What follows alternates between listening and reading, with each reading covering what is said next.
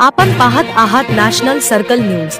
आष्टगाव अंबाळा मार्गावर 4 चाकी वाहनाच्या अपघातात 1 जण ठार तर 3 जण गंभीर जखमी झाल्याची घटना दिनांक 8 मार्च रोजी शनिवारी सायंकाळी 8 वाजताच्या सुमारास घडली।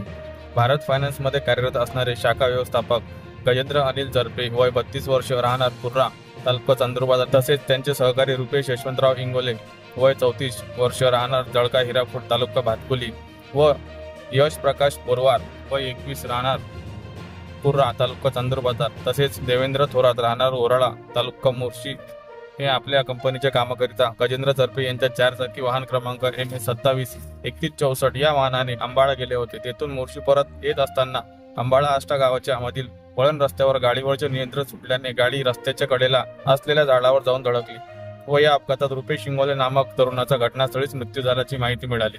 तर इतर जखमींना अंबाळा येथील युवकांनी तात्काळ मोर्शी येथील उपजिल्हा रुग्णालयात उपचाराकरिता दाखल केले।